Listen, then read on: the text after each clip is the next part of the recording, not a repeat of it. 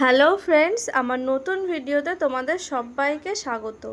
দেখো, সামনেই কিন্তু রথযাত্রা, আর দুর্গাপুরের প্রধান উৎসবই হলো কিন্তু এই রথযাত্রা।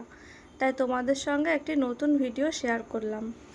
আমরা যে চিত্রালয়ের মাঠটিতে রোজ ঘুরতে যাই, সেই মাঠটিতেই কিন্তু এই উৎসবটি হবে। এই মাঠটা থেকে 2 কিলোমিটার দূরেই আছে এই জগন্নাথ মন্দিরটি।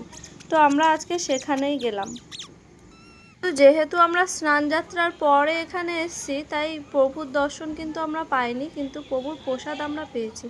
তো দেখো, ডান দিকে এখানে একটা বড় রথ আছে।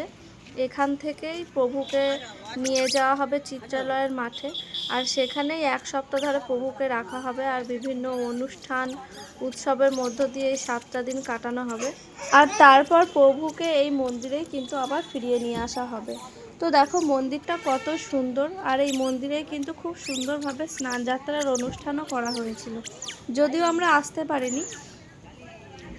দুর্গাপুরে কিন্তু এরকম প্রচুর মন্দির আছে যেখানে রথ টানা হয় আর খুব বড়োভাবে উৎসব পালন করা হয়। তো তোমাদের সাথে আরও ভিডিও শেয়ার করব। যদি এই ভিডিওটা ভালো লেগে থাকে তাহলে অবশ্যই একটা লাইক করো। তো আজকের মতো টাটা।